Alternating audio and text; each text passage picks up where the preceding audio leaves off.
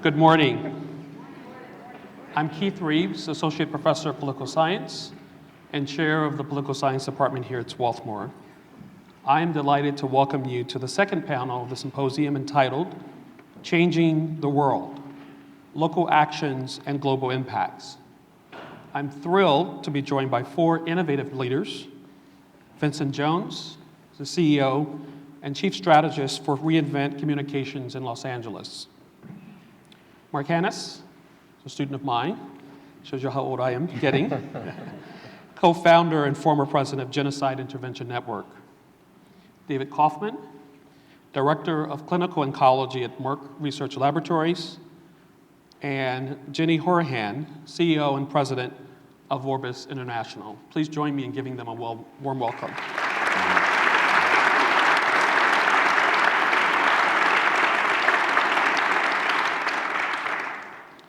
Val Smith has extended an invitation to us to think about the local and global impacts that can emerge from a transformative educational experience, particularly a liberal arts education such as the one that each of you and I received here at Swarthmore.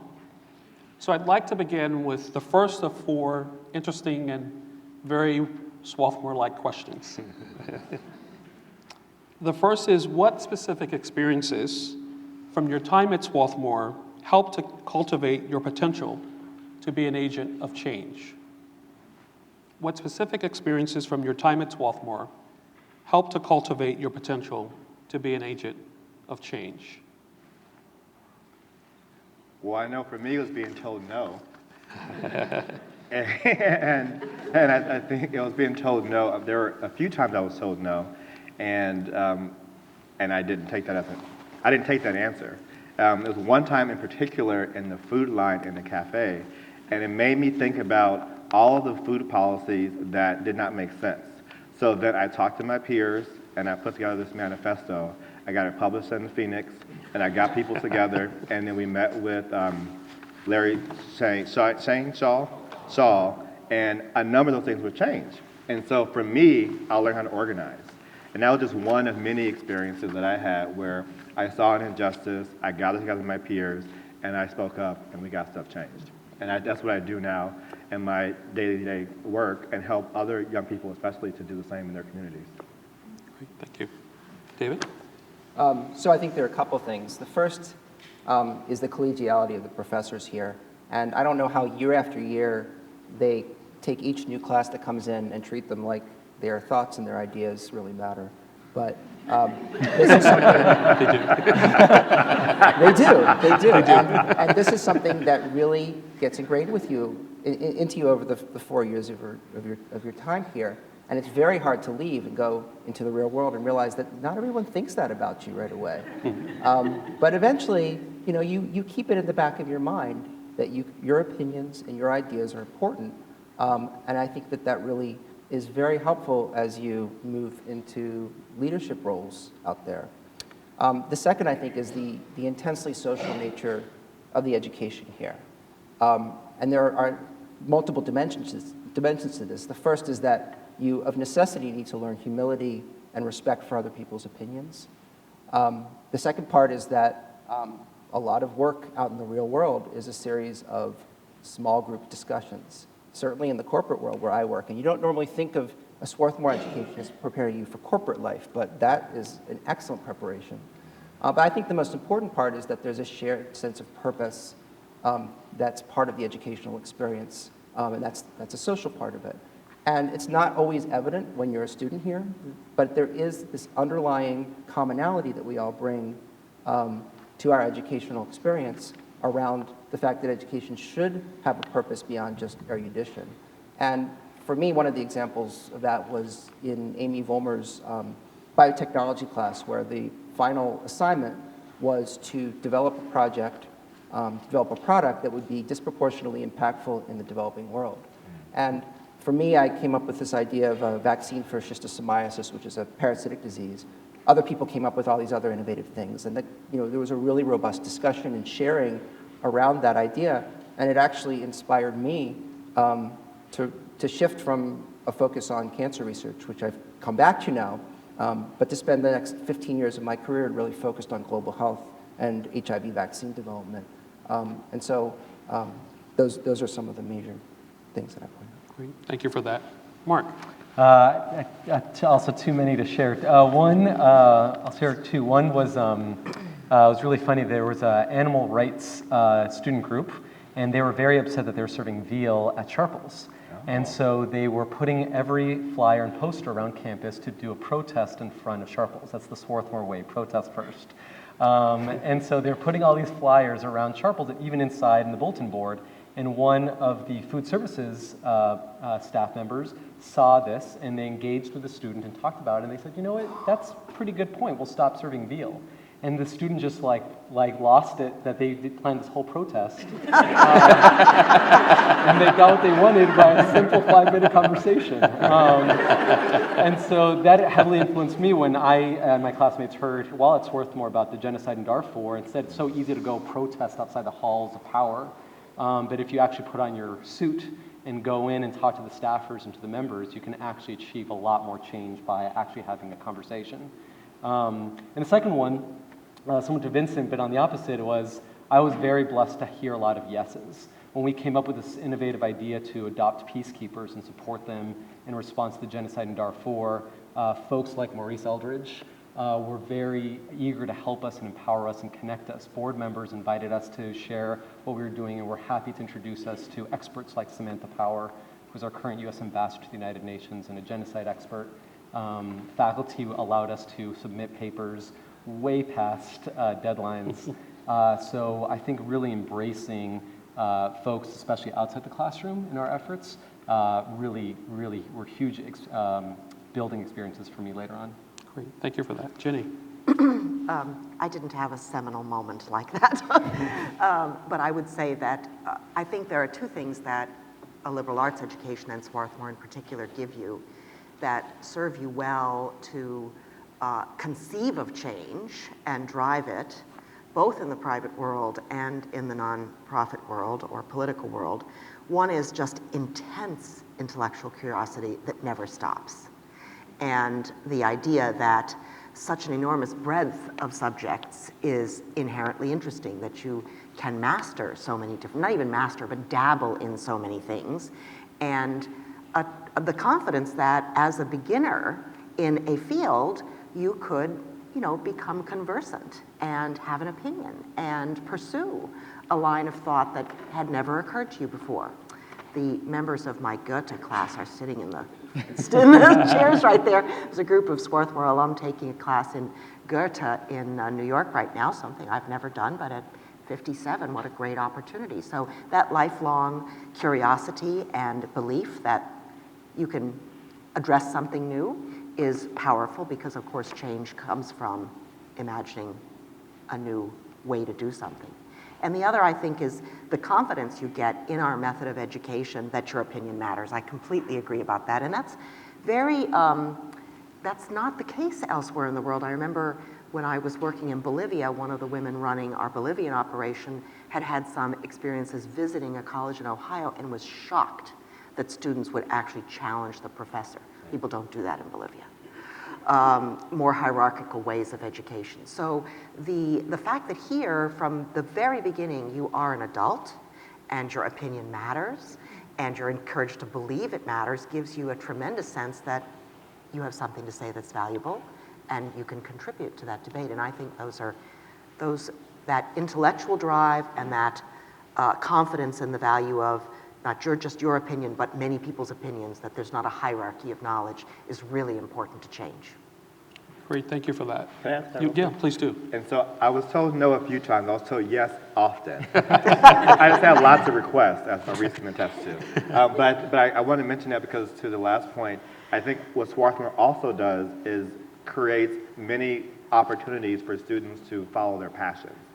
So if you wanted to do a party, if you wanted to bring a speaker series, if you wanted to put on a play or a performance, if you want to start a club, and or for me as a Lang Scholar, having access to a pool of resources and faculty support to do a project as an 18-year-old kid, it transformed my way of thinking about myself my potential and my role in the world. And I think that's what my peers also had a similar experience, because we were expected to create this community together, and we were expected to improve the community around us.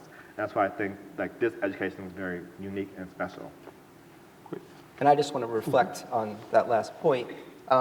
I think it's, when we're talking about our opinions mattering, it's not just sort of an ego thing, but it's this idea that nobody has the truth, and we all need to think really hard to get there. And when you're out in the real world, there are people who definitely bring that ego to the conversation. But I think the response of a Swarthmore student to that, or at least from me, is, well, I don't really know the answer here, but none of these other people really know the answer either, so why not put my opinion out there in the mix? And I think that that's an extremely valuable learning that we get here. Great. So the second question is, how can transformative actions in local and global settings emerge from an engaged liberal arts education? It's a real Swarthmore question. How can transformative actions in local and global settings emerge from an engaged liberal arts education? I'll take a stab at that one. I think, at least from my experience, trying to address something as big as genocide or mass atrocities around the world, it was a Swarthmore education that helped me figure out a very strategic and thoughtful approach of how can I, as an average Swarthmore student, we started this when we were seniors at Swarthmore, make a difference to stop the atrocities thousands of miles away in Darfur. And so I think that was what Swarthmore helped us think through is, we can't on our own be the change agents directly, but how can we use our assets, our leverage, as we spoke about before, and that is being as American citizens and concerned citizens. And so what we did was we talked to professors like you, Keith, and others, and learned how does a citizen constituency work. And so we took buses and skipped many classes to go to DC, and started lobbying Congress to act on behalf of our concern to get more peacekeepers on the ground in Darfur. And how we got, now there's the largest peacekeeping mission in the world, largest humanitarian aid operation is in Sudan, because American students learned that we have leverage, which we oftentimes aren't told that we do, but our opinions matter, and I think our power, being told that we have power, and technology, Facebook was new at the time, allowed us to create 1,000 student chapters across the country of largely students lobbying the U.S. government to provide assets to help the response in Darfur. And I think public policy to me is where I think Swarthmore had a program that was very helpful to teach me that framework, those skills. I think that's something that I wish Swarthmore, again, I think the earlier panel was very smart. I don't know how much more it's there. But I think when a young person, because I've worked with a lot of college students across the country, when they see a local or international issue, they often think of a nonprofit or for-profit or hybrid between those two as a solution to that. And young people aren't often enough thinking about public policy as a way to address that, not just in terms of response, but I think more importantly, scalable and systemic responses. And so I was lucky to have professors and alums, I see Heather and Paul Booth, teaching me how to really navigate public policy with relationships so I can better do that, because I think more Swarthmore students need to better embrace public policy as a way of leveraging their interest in whatever social injustice that they want to try to correct. Great. Thank you for that. Jenny, please. So I'm going to take a little different tack on it, which is less about the issue than the process. So I'm new to the nonprofit world. I was a banker for 26 years, and then I transitioned about 6 years ago. And recently at Orbis, it was time to do a new strategic plan. They hadn't done a strategic plan in 10 years.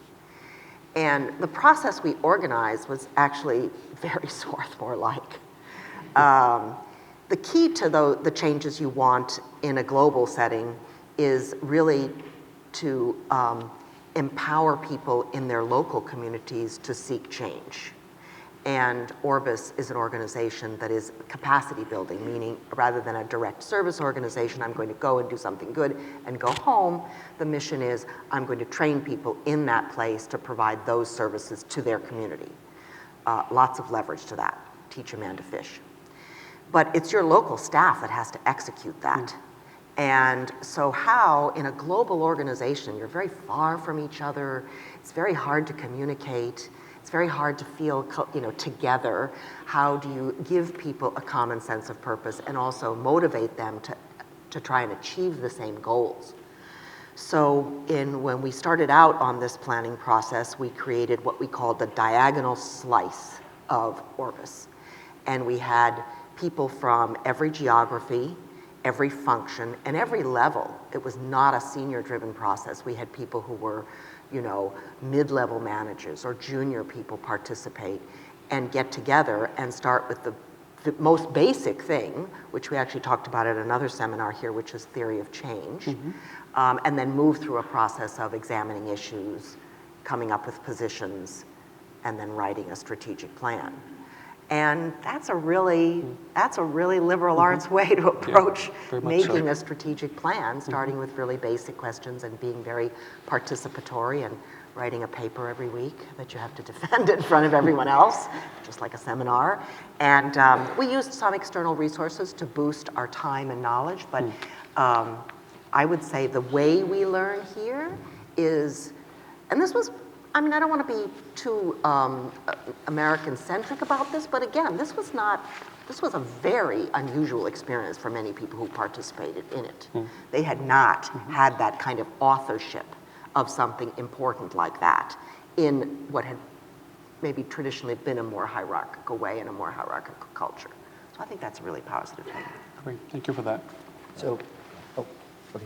So I'll address this sort of from a career development perspective. I think a couple of critical qualities that I learned here were the ability to embrace complexity and to have intentionality in my decisions. And I work for a large corporation now. I spent about 15 years doing HIV vaccine development and global health, and then came to Merck originally to work on vaccines, but got pulled into work on what's one of probably the biggest medical breakthroughs in recent memory, which is harnessing the ability of the immune system to fight cancer. And what I do now feels like the most impactful thing I've done, more impactful than my academic work and my nonprofit work, maybe not more impactful than the individual impact that I've had on my patients living with HIV. But I'm acutely aware that the social justice component to my work is not nearly as present as it was in those other settings. I'm also, one of the big parts of my job is to try to figure out why this strategy of harnessing the immune system to fight cancer is working for some patients, but not for other patients. And that involves essentially building these very intense collaborations with academics around the world. And we're providing large amounts of funding, millions and millions of dollars of academic funding. But I'm aware that funding comes from the fact that we are part of a healthcare system that is not financially sustainable, and that funding stream is so attractive to academics because of the very flat or falling funding from NIH and other public sources. And so, I feel like I'm able to be comfortable in this situation where these tensions exist. I don't know where this is going to lead me ultimately, whether I'll stay in industry forever or go into the nonprofit sector again. But I think that the ability to work in these, I don't know if you would call them gray zones, but certainly areas of complexity, and remain aware of those and not just become a complacent idealist. I think that's an important thing to bring out of Swarthmore. Great, thank you for that. Vincent. And I would add, I think, diversity. I remember I think it was my sophomore year, I was going to DC, and there was a student whose father was elected president of Nigeria. And her name was Kafila, and she was very beautiful. She would walk around campus singing opera, because she wanted to be an opera singer. And long flowing locks. And I remember reading in the paper about her mother was assassinated. And so she's getting onto the train. We're going to the train station, both going to DC. Now, I knew what she was dealing with. And so I was like, do you just say, so your mother was assassinated? We didn't talk about that, but she said she was going to DC, and we had a conversation. But I raised that story because it made a global situation personal and real to me. And I think that the fact that Swarthmore has increasingly, I would say, a vigorously diverse campus, it is not just important because of optics, because it makes pretty pictures, because you have better parties, but it also it enriches the academic experience of every student on campus to be able to know what's going on in other parts of the world and other parts of the United States as well. And then at the same time, those students, like myself, from born to a teenage single mother in Compton, and was privileged to be on the stage at the inauguration for Valerie Smith, I was able to come here and then go back into my community and be able to do the stuff that I do, and so do the students who come here from their different backgrounds. So I think that a continued commitment to making this campus as diverse as possible is one of the ways to really be able to make this experience impact the rest of the world. Great, thank you for that. Can I just say Yes, one please thing do. that's somewhat perhaps obvious, but I think it's important to say, which is I'm really glad you're on this panel from the private sector. I myself spent most of my career working on Wall Street, but it's really important to acknowledge that, when we say let's have change in the world, we think that's the business of government or non-governmental actors, but the world is so vast that the private sector is deeply important. It's the private sector that's going to develop alternative energy sources on a scale that actually lets us change the climate problem. It's the private sector that generates resources sufficient for the kind of research you do. And so, you can be a driver of change, enormous driver of change, working not just in nonprofits and governments. And I think that kind of gets lost a little bit in the discussion a lot of times. Thank you so much for that. Yeah, thank you for that. So the next question, what qualities and values from your Swarthmore education have shaped your life as an innovative leader? Maybe I can start because it's a follow-on to what you just said, which resonated really, really strongly. I recall sitting in this auditorium, I think it was up on that balcony, when Dinesh D'Souza came to speak. For those who don't know, he's this well-known conservative thinker or demagogue, depending on your perspective. And he was here to trash multiculturalism and say that we're all failing to learn the canon, and that's a travesty, and that multiculturalism equates with cultural relativism. And I think I had just come from my Latin American social movements and liberation theology seminar with Hugh Lacey and Miguel Diaz-Barriga, and it was just the dissonance between those two things was so acute. And I think it was really the first time that I was metacognitive of the fact that there was a real moral dimension to the Swarthmore education, and it was not that it doesn't continue to need work, and not that it hasn't changed since the time that I was here, but I still think that there was always some assumption underlying all of our learning here that we were not being trained to go out into a world where all the problems were solved, but we were being trained to go into a world where there were acute problems, and those problems were related to the injustice of many people's lived experience, whether that was a personal injustice or a structural injustice, and that. Even if that wasn't always explicit, it was always implicit in the ideas driving the learning here.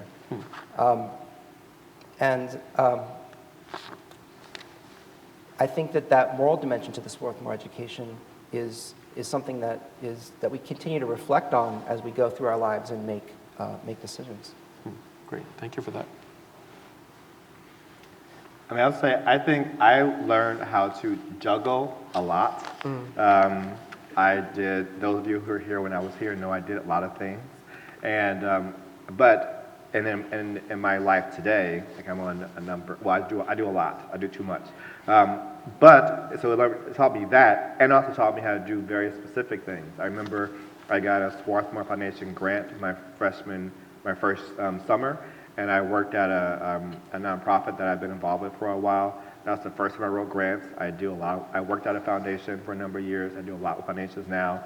I can point to, I was the treasurer of the budget committee, and I got to run a $250,000 student activity fund. I created an endowment. and now I run a company where I have to do lots of budgets. I run a nonprofit, I have to deal with a lot of budgets. So there's a lot of very practical things that I learned outside of just having the incredible education, which taught me to question everything, to write very well, to write very quickly, to read and synthesize quickly. But I think people often don't appreciate the practical skills that we have learned by being here as well. And I think that if I wasn't forced to do as much on my own as I did do here, and if I didn't challenge myself to really do as much as I could, I would not be as prepared to do what I'm doing right now in my life outside of Swarthmore. Great, thank you for that. Jenny, Mark? Read the question again. What values, These are really hard questions. They're complicated. what qualities and values from your Swarthmore education have shaped your life as an innovative leader? This is your oral exam, by the way. Right, I'm grading. Yeah. Values and values. We were supposed to think about these before, and I did. They're still hard. You know, I would agree with that moral aspect that, you know, in the classes that you take, and particularly, again, because of their participative nature, it's a constant fervent of questioning as to the value of what you're studying and what your values are. That just is a constant theme on Swarthmore's campus all the time.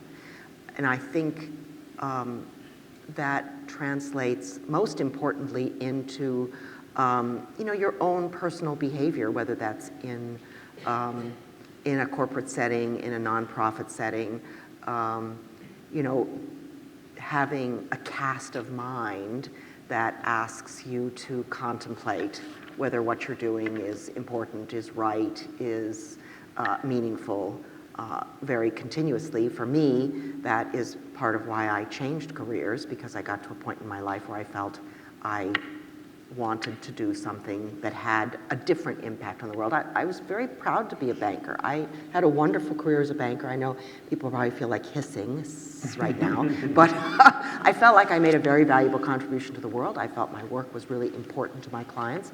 I'm really happy I did that. I think I contributed to a lot of good, but then I was ready to think about what else can I do. It's not enough. I need to do something else in my life, and had to change, had an opportunity to change. Great, thank you for that. Mark? I think mine too. I recall when Al Bloom was president, when I was a student, talked about ethical intelligence, and that I love that phrase of sort of what do you do with the privilege of going to Swarthmore. It feels so good to learn so many different things and learn it with so many amazing people. But how are you going to sort of improve the world through that? And then the one that really knocked me off my socks was Ken Sharp and Barry Schwartz' Practical Wisdom for Onesis. Just like how does it get, you can create all these rules in theory, how does it actually get implemented? What are the consequences on the ground? And so to me, like all this huge wave of behavioral science and nudges to me is an awesome concept on what more can we sort of adjust, knowing how human behavior reacts to public policy or whatever other interventions to try to get positively or socially desirable outcomes. Terrific. So one final question before we open it up to the audience. And like the first panel, what was missing or lacking from your Swarthmore liberal arts education? What suggestions do you have for liberal arts leaders and communities to improve the education they offer? So what was missing, what was lacking in your education here? Well, if it was missing when I was here, I worked to change it. So I really can't answer that question. That's great.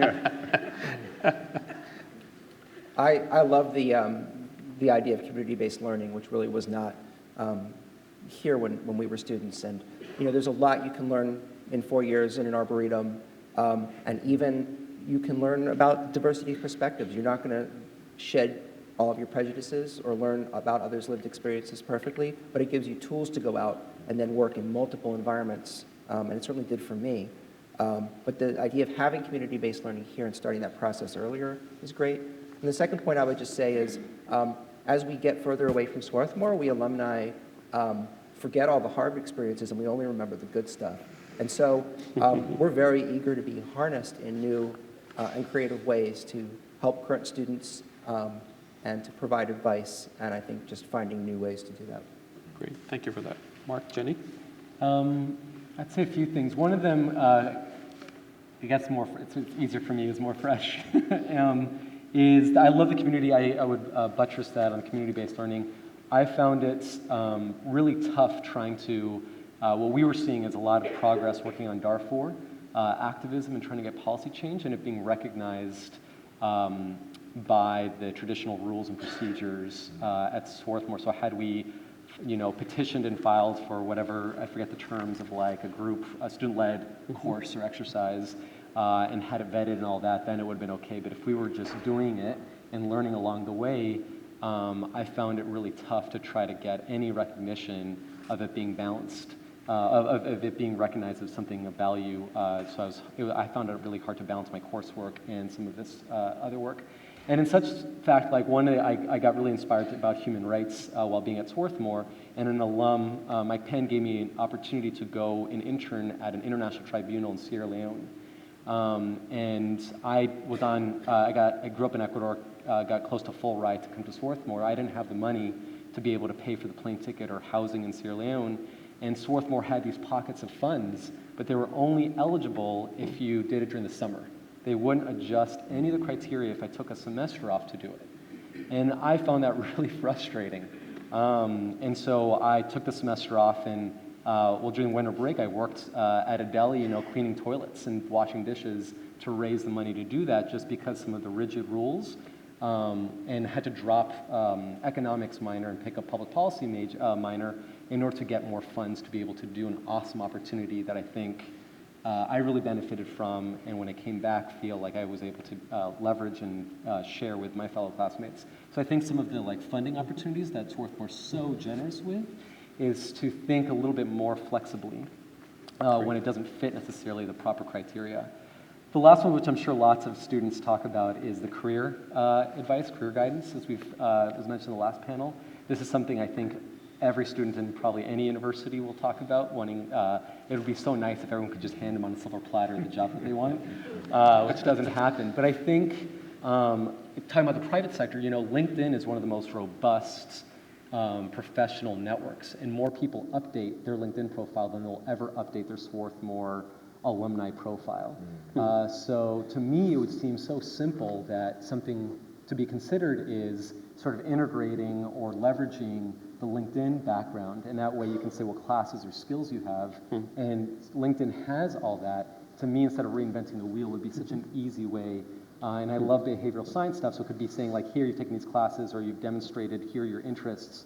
We've matched that with all these alums who have similar interests and backgrounds. Check out their career profile. That might interest you, inspire you on what to do.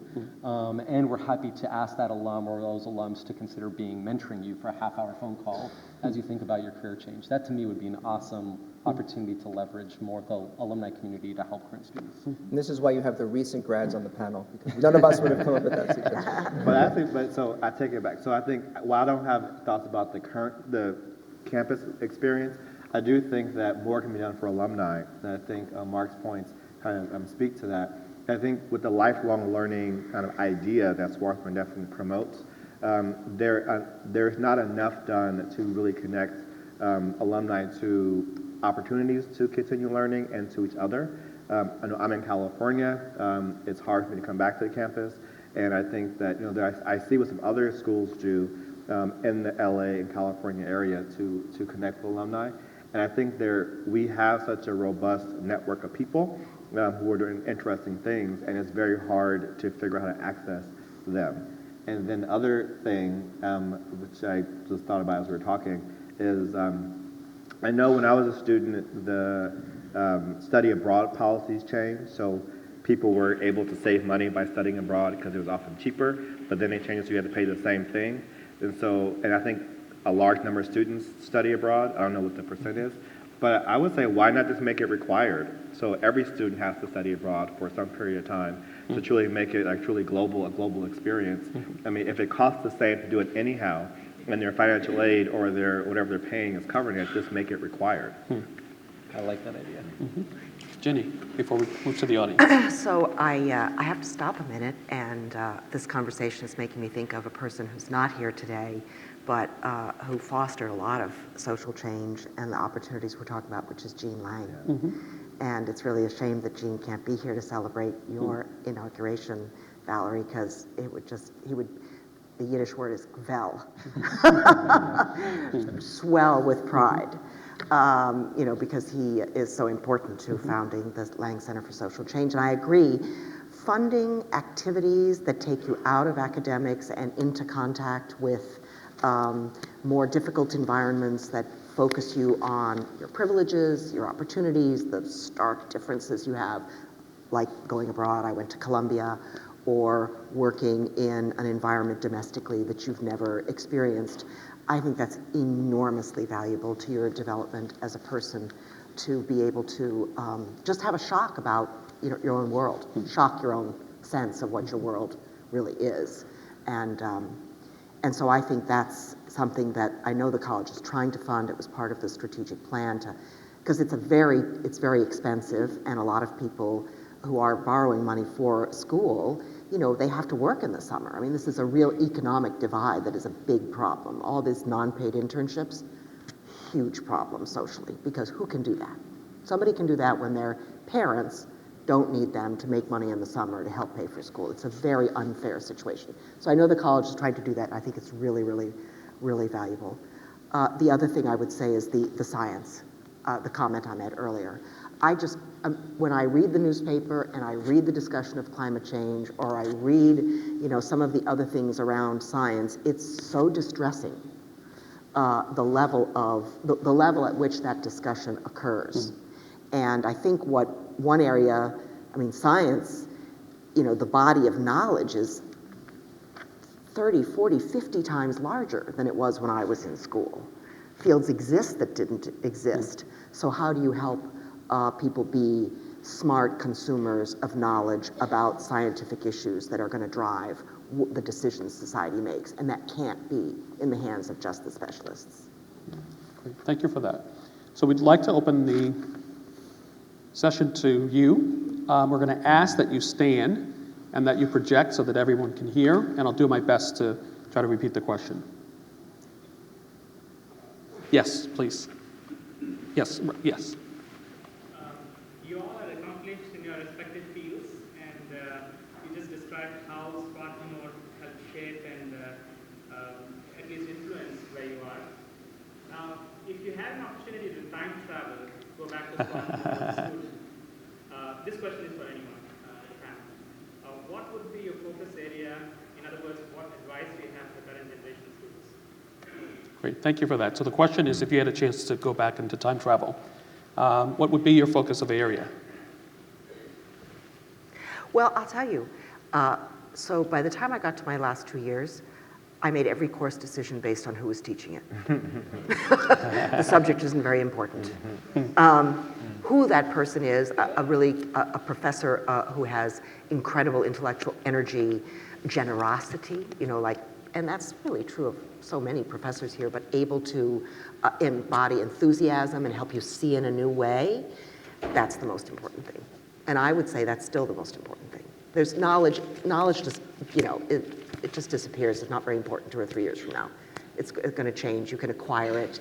You become, as I said before, I think you become very confident that you can acquire the knowledge you need for whatever the task is at hand. You have that facility from this. So the person and that knowledge, that mentor is really the most important thing. I'd say larger on that point, it's about the people. And so I feel like part of my time travel is also coming to alumni reunion. I don't retain, or I don't think I don't recall retaining much of the content in some of the classes, sorry. That's all right. Except for one. Except for me, yeah, right. But I think it's about the people. 10 years later, my roommate is still my freshman college, from Swarthmore, my freshman college roommate. We're best friends, and most of the relationships I have is because we had these shared experiences while at Swarthmore. And so there are many, many nights where I was in McCabe during the closing buzzer where they force you out. And to me, having had, as you see sort of like your freshman year, as you're like spending all these late nights talking to all your classmates, I think I would within reason of getting more sleep, being able to share even more opportunity to interact with students, but also, faculty, administrators, alumni, board members. I got a lot out of that, and I just know that had I been more strategic or read less, gone to class less, then maybe I could have done even more. I'll certainly echo that. I think that we're talking about all of these very, highfalutin ideas up here, but the people, a lot of my best friends, who I now consider fictive kin, essentially. I met my wife at Swarthmore. That's actually really the most important thing I took away. I will say, but I will say, the pull of the ivory tower is very strong for a large segment of this population, and I would encourage people who didn't travel abroad, if it doesn't become a requirement based on your recommendation. We're going to organize and make that happen. Yeah, let's I've got do it. two organizers on the there's panel. Watch out. social changes in the house. But take time off after Swarthmore. I think that students should be encouraged. This is 4 very intense academic years, and I didn't really get out and do the things I wanted to do in the community until later in my medical and PhD training, which was 8 more years of education. And then I went and worked in Africa for a while, and I worked in the community doing health work, and that was a hugely transformative experience that I was itching to have, and I hadn't had it, and then it was really important. So I think that everyone should have that experience sooner. I agree with that. I didn't study abroad, but not because I didn't want to, but because I felt like I was already 3,000 miles away from my mother, who reminded me as often as she could, and I felt going even further would be wrong. But that's part of the reason why I think that kind of requiring it could be a great thing, because for people who don't think of it as an option or don't think of it as something that's right for them, they will do it and say, oh, this was pretty good. So that, and I would have majored in dance, because I wanted to be a Janet Jackson backup dancer as a kid. I even wrote about it in my essay, and if you guys still have it, I'm sure Jim can look and see that to prove it. But when you get to college, you think you have to do, I was history and economics with a minor in public policy up until senior year, and I was like, wait a minute, why am I going to sit in this class to write a thesis when I already have 2 majors? I said, let's not do public policy. And then I remember I was like, so I probably shouldn't share this, but I will. And then for economics, I said, well, I had a conflict for the day of the comprehensive exam. And I was like, well, I already have my history major, and I took all the economic classes. Why do I need to have the stamp of an actual major? Because what I've learned now, nobody ever asked me, what did you major in? But I could say I took all these economics classes, all these history classes, and I majored in dance. And so I guess the point is really follow your passion and take other classes that get to what you think you might want to do otherwise. Because when you get in the real world, you don't always have the opportunity to do that. So look for Vincent on the dance floor tonight. I would just add, for me, just to echo everyone who's here, I was here from 84 through 88. I wouldn't trade those years for anything. I was here with this extraordinary people. I had 2 wonderful, wonderful prophets, mentors, Vincent Harding, who passed last year, and Richard Rubin. My late twin and I were from inner city Chester, down the road. We were on the campus since we were 14 as Upward Bound students. And I had never been out of the country. And Richard Rubin was the one who opened up his checkbook and signed it. He trusted me. I don't know why and how. He trusted me with a check and just said, fill it in. He also went to Janet Dickerson and persuaded her to change the rules so that I could get over to England. That experience changed my entire life. I never thought local. I never thought just simply Chester. So I wouldn't trade those years for anything. I was here with extraordinary folks, African-American students of color who were a few years older than we were, who were challenging and pushing the institution to be more inclusive, and other folks who were behind us who were also learning and pushing us to be better role models and to push the boundaries of the kind of educational experience we could have. So that was just extraordinary, and we were incredibly, incredibly fortunate and blessed and lucky to have had this education. So we'll add that to the mix. Other questions, please. Here in the front row. Are you a student? Yes, I am. Okay, so speak louder, turn around, just shortly, so everyone can hear you. All right, my name is Lydia Kosulas. I'm a sophomore here, and I'm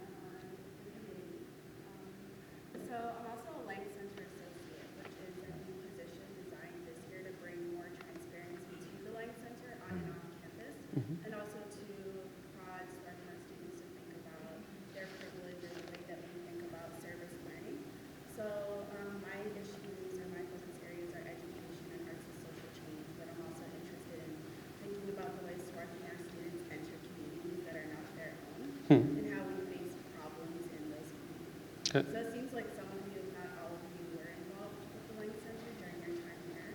So I'm wondering, first of all, how did the Lang Center impact your negotiation of your privilege in areas that aren't your own? And then also, what advice would you give to the Lang Center as we try to employ power, privilege, and positionality workshops in the future? Because we've had those in the past, and they haven't been very popular. So that's something that I'm particularly interested in. Okay, great, thank you for that. So the gist of the question, the gist of the question is asking the panelists to think about how, what advice would they first give to the Lang Center? And then secondly is if students are entering into spaces that are not their own, how do you negotiate that? What advice, suggestions would you give to current students as they're trying to figure that out? So the Lang Center wasn't here when I was a student, but a part of your question you also asked was about privilege and kind of entering spaces that are not your own. So, but I was a Lang Scholar, and twice a year Eugene Lang would come to campus, and then the Lang Scholars who did a project would present. And so I remember I think it was my first Lang Scholar dinner. So it was a different kind of privilege and a different space that I hadn't ever been in. It was the first time it was one of the first times that I'd been at a dinner with more than one set of utensils.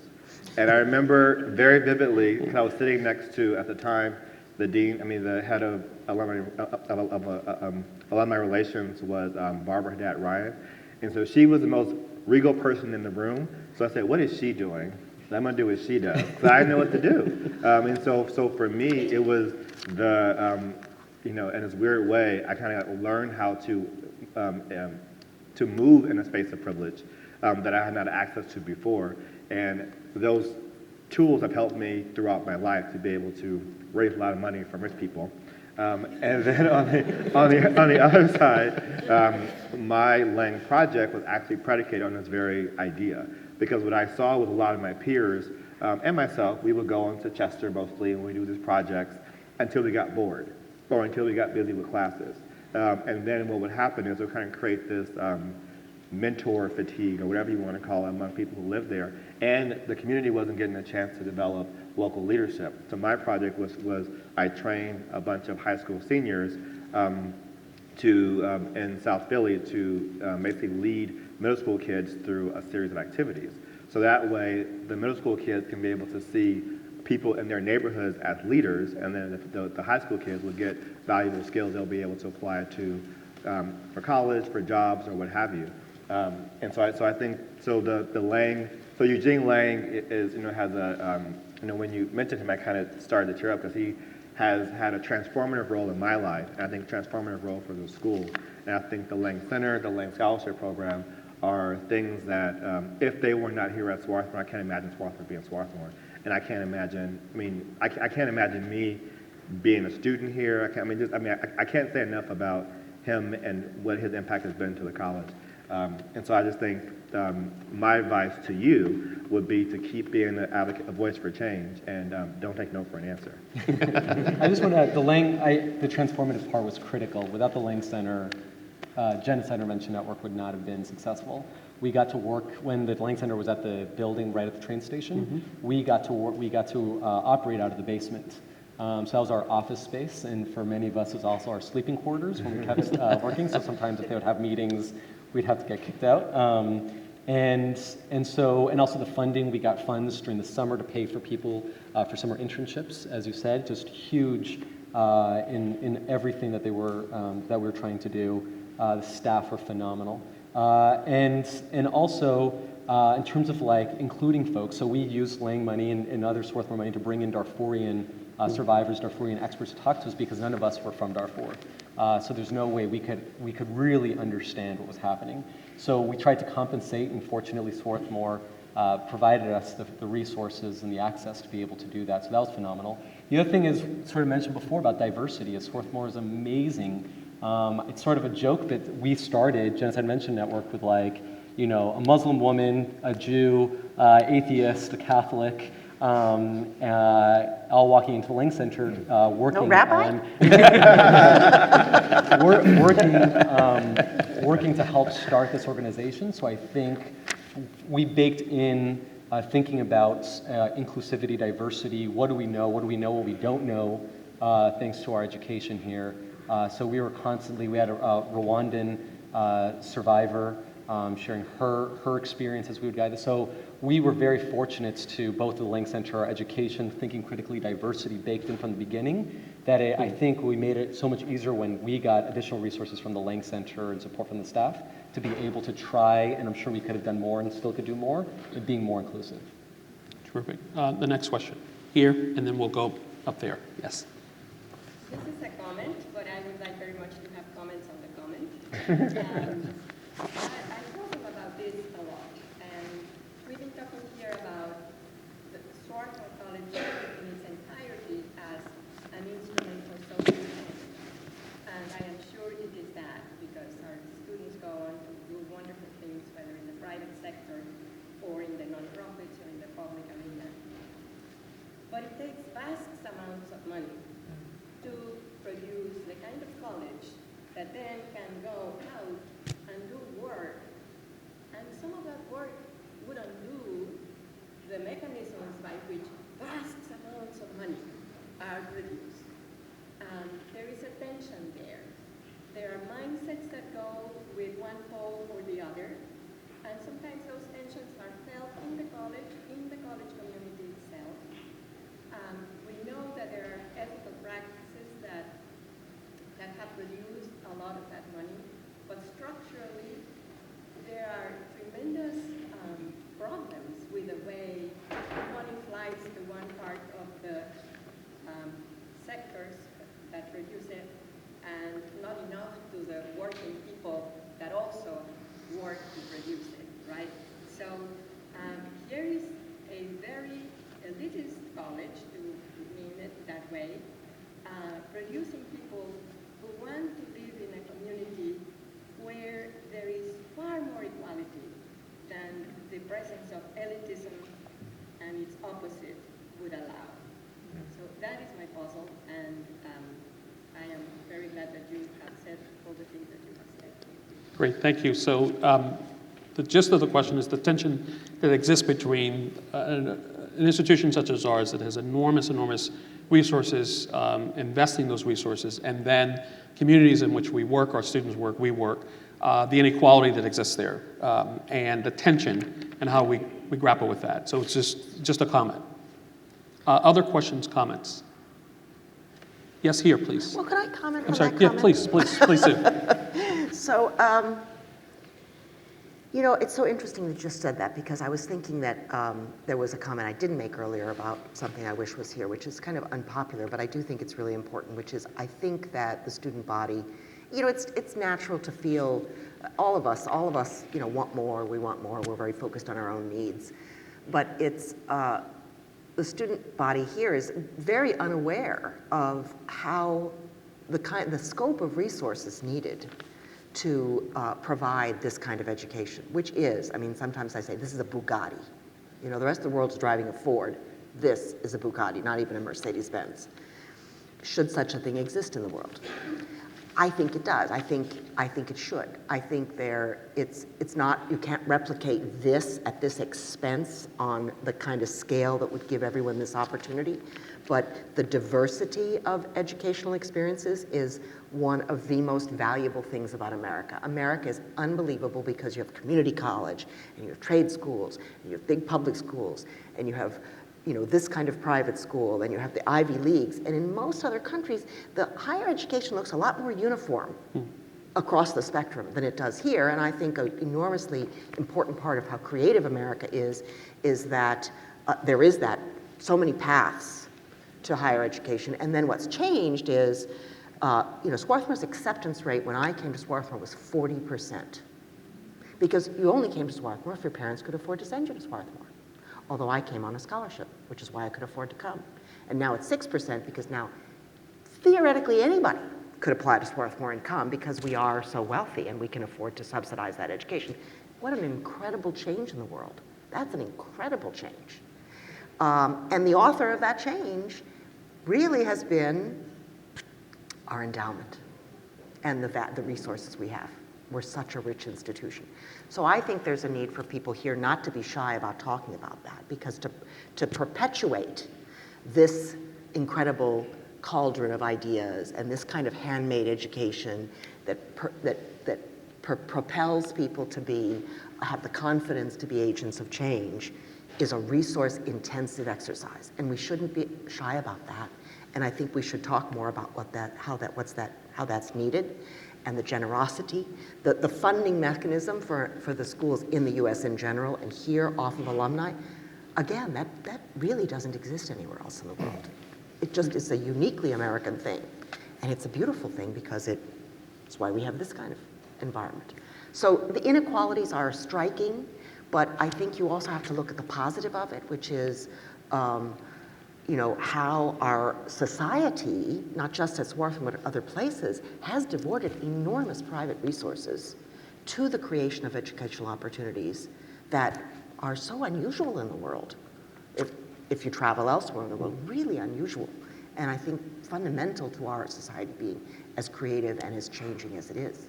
It's amazing. Great. Thank you for that. I promise the gentleman here.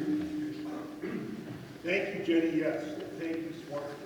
I was one of those people who benefited immeasurably from the generosity of this place, and we should all begin, I guess, our comments with that. Thank you. But the other thing that I'm thankful for, when I arrived here at the height of the civil rights movement, at the dawn of the anti-war movement, the events around us were vibrating, and in some ways it was difficult to pay attention to what was going on campus.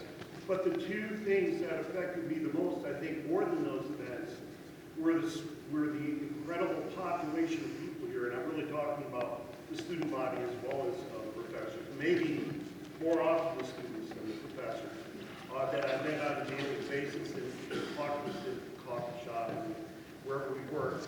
And then the ideas, brand new ideas that came pounding into your head and opened up a view of the world that's entirely different. So for me, when I think back, I remember clearly like it were yesterday, interactions with individual people that changed my life forever. The involvement with ideas that really changed what I thought of the world forever. And to me, that's an incredible part of what Swarthmore is about. So and it drove me into many social change kind of situations. So I'm wondering, in connection with our topic, how you were moved, by whom you were moved, or how you were moved by similar kinds of people, ideas, whatever to do with your job. So the gist of the question is, what moves folks to do what they've done? Ideas, people. What moved you, guys? For me, it was tied to the same thing. Swarthmore brought Samantha Power. I mentioned before, she's our current U.S. ambassador to the United Nations, and she came to speak, I don't know if it was a commencement or a baccalaureate address. And she also wrote a book that won a Pulitzer Prize. And it was used in a lot of my political science courses about why the U.S. Continues to fail at preventing and stopping genocide and what's need to change in order to do that. So it was like a blueprint for me to be able to say, got it, I learned from all these past genocides, Holocaust, Cambodia, Bosnia, Rwanda. In the news, first time ever, the United States government, Congress, president declares a crisis of genocide. I'm sitting in Sharples with my classmates saying, well, what do we do about it? We've talked about this in the classroom. We're talking about being change agents. If her thesis is right, let's make it happen. And Swarthmore board members were able to make an introduction to her. She joined our board, and we were able to persuade the wife of the founder of eBay to give us $1.2 million to create a nonprofit after being a student group and scale it. So thanks to Swarthmore, we had from the classroom to having inspired a speaker to be able to connect with her, to translate it into an idea and execute on it and scale it. Yeah, to tie together a few of the points that were made in the recent comments, one of the things I left here with, and maybe we need to really instill in students more, is a acute awareness of my privilege and the responsibility that came with that privilege to do the right thing with my Swarthmore education.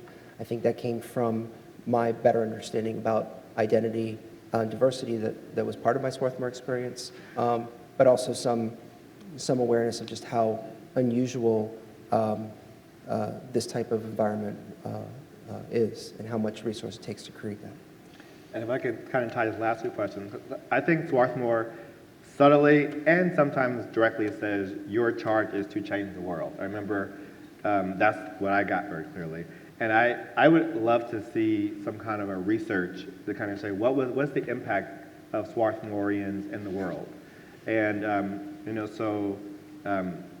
stick with me for a second. So I worked at a foundation that makes small grants to grassroots organizations and to do organizing to advance systems change. And there's this group called the National Council for Responsive Philanthropy that tried to assess the impact of that type of philanthropy versus funding direct services. And what they found was that it was, I think, a 9-to-1 return on the investment. So every dollar invested in grassroots organizing and small grants got about a $9 return. Every $1 invested in direct services got a $1 return. So I believe that Swarthmore is like that foundation that I worked at, investing in grassroots leaders. And every student who's here, there's a dollar value to our impact. And so I know just in Los Angeles, there are a number of Swarthmorians who I know who from my class, one is leading the state's largest civil rights office, one is on the board of public works for the city of LA, and I do what I do, not just three of us. If we measure the impact of our work in the community, that's a huge return on the investment that Swarthmore is making in us. And to me, that justifies how expensive it is to be here, especially given how diverse this community is. Right, and I second that, especially in the face of these metrics that are now coming out around how much people are earning 10 years out of college and comparing colleges that way. It would be great, if there happened to be any statistics professors in the room, they could put some students on this project of developing an impact Then we have your next factor, project. score for social change. I think that we would come out pretty high. The highest. I would hope. I believe we have time for one more question. Yes. This may especially be important to Mark, but one of the things that I think we struggle with sometimes as faculty, especially in the social sciences, the humanities, natural sciences as well, we have this incredible kind of another wealth that we have here is the ability to sort of think about the complexity and the gray areas that David talked about, to kind of stand back from the world and think about it, and we do that in our classrooms. What I guess I wonder about in the context of this conversation is how should we calibrate introducing that complexity so that we are not disabling students that want to act and change and have impacts, but at the same time we're sort of saying this is going to be a lot harder and messier than you think it is right now. And I know I've always had this problem with Stan to some extent. As an Africanist, I had to think really hard about when was it going to be helpful for me to say, South Sudan is a lot messier than you think, Darfur has a history you don't know, humanitarian action is more complicated and is going to run into these problems. Where's the line? When is it helpful, maybe 10 years later, for me to have said that, and when is it disabling? Great. That's a good question. Practical wisdom. Okay, we'll love that. It's a great question. I think that's why we invest so much in amazing faculty. Is like, what's that gray area where you have to master the difference between complexity, like something that's complex versus complicated. Because I think sometimes there's a lot of nuance, and I think that's what we understand at Swarthmore is we delve into things really deeply. We try to understand not only all the nuance, but what's missing from whatever books or conversations that we have. What are the voices that are missing that aren't being said? But we also need to have to sort of respond to your thing, like with all this power comes responsibility. We need to act on all these nuances. And so you're right, like I'm not going to be able to get every, when we pass policy, just like we're seeing with healthcare, like whenever you pass something that broad, there's going to be a lot of cracks in it, a lot of holes that you hope that as you get better and better with more awareness, more education, more expertise, whether yourself or with others, you can try to tweak and improve that system. So I feel like you've got to find a way to not disempower. You got to say, look, like this is it. I can try to, and I felt like my professors that I was exposed to were really, really helpful and say, have you thought of this? Good. Or what about that? I understand. And then sort of like, keep checking in with me. So I felt like we tried to get more sophisticated over time, and hopefully it ended up being a net positive. And I think that's the best of what I can hope for. And I would say, I think just being a great coach, basically. I think I know in your seminars, in your classes, you ask great questions. And so there, Bruce Dorsey, and I was a history major, so I had great history professors. And also Maurice as a great mentor. People ask me all these questions. And I think by asking questions, it requires us to think through, well, maybe I don't know that. Maybe I got to figure this out. But I think there's a tendency for adults to say, here's what it is, you don't know, I know, blah, blah, blah. And we work in my company with a lot of initiatives involving young people who are high school kids, or sometimes younger, who are perceived not to know a lot. But I am amazed at the ideas and solutions that they have. They are very innovative and wouldn't be something that I thought about. And if we damper their creativity, then we're missing out on those opportunities. Right, and there's a difference between being cynical and being empowering around these issues, right? I mean, so if someone comes to you with a perspective, you say that is great, it's great that you have that energy. What would you do if the challenge was harder than that and there's this level of complexity to it? How would you solve it then? And then you harness people's creativity. And you don't say, you're not being fatalistic, you're being challenging and empowering. I guess I just summarize it, it's yes and versus no but. Final thoughts, concluding thoughts for us. If not, I have one. I would say final thoughts. How many students are in the room? Not very many. All right, first of all, you guys gotta have more students at these things. Because I would say one of the values of Swarthmore is the network you're being brought into. And you should tell your peers, share with them what you learned from this conversation. But I'll also say, yes, we're talking about a lot of serious stuff, but you should have a lot of fun while you're here also. Yes. I would say thank you. It's such as we talked about with the resources, we are so privileged to have this amount of capital, human, financial, time-wise invested into all of us during our 4 years and beyond. And so few people, as we have all experienced, have that privilege. And so to me, I'm just so grateful, but I also feel the onus to act on that. So a lot of us who are on this stage because of financial aid, I can't not think of not giving back to Swarthmore to allow other people to have the same privilege that I had. Because I know that, similar to my response on Darfur, it's about leverage. I know if I invest in Swarthmore, and Swarthmore gets awesome faculty and staff, board members and students, that money spent is going to change the world at hopefully more than 1x. Hopefully it's 10x, 100x than what it would be outside of Swarthmore. So to me, I think I love politics, as you may have noticed. The union is strong, Swarthmore is strong, and I know it's getting stronger. I think we should end on that note. David, Ginny, final thoughts. Well, I think that the theme of this inauguration is a great theme. Changing lives, changing the world. And that world is, your family and your home and your children. That's your most important job if you have children, is being a good parent. And it's, your Swarthmore community, and it's your city you live in, and it's the U.S., and it's the world. And I think that, being in a place with the diversity of professors and students and people and looking at what we did, it's just a tremendous privilege to be allowed to and encouraged to think about all that in the most expansive way possible and try to translate that into action. But you can make a great impact on the world in so many different ways. It's not just one solution, and whether it's private sector or public, it's not linear. It's going to surprise you all the time, and being open to those surprises and changes just is Swarthmore gives you the confidence to do that, I think. Great, thank you. David, you get the last word. Wow, great. I just want to say thank you for the privilege of allowing us to come here today and reaffirm our shared sense of community. And I think there are not a lot of spaces in most people's lives for talking about these ideas and values, and the Swarthmore community seems like the right place to be doing that. Great, thank you. Please join me in thanking a wonderful panel. Ginny? Mark, David, Vincent, thank you.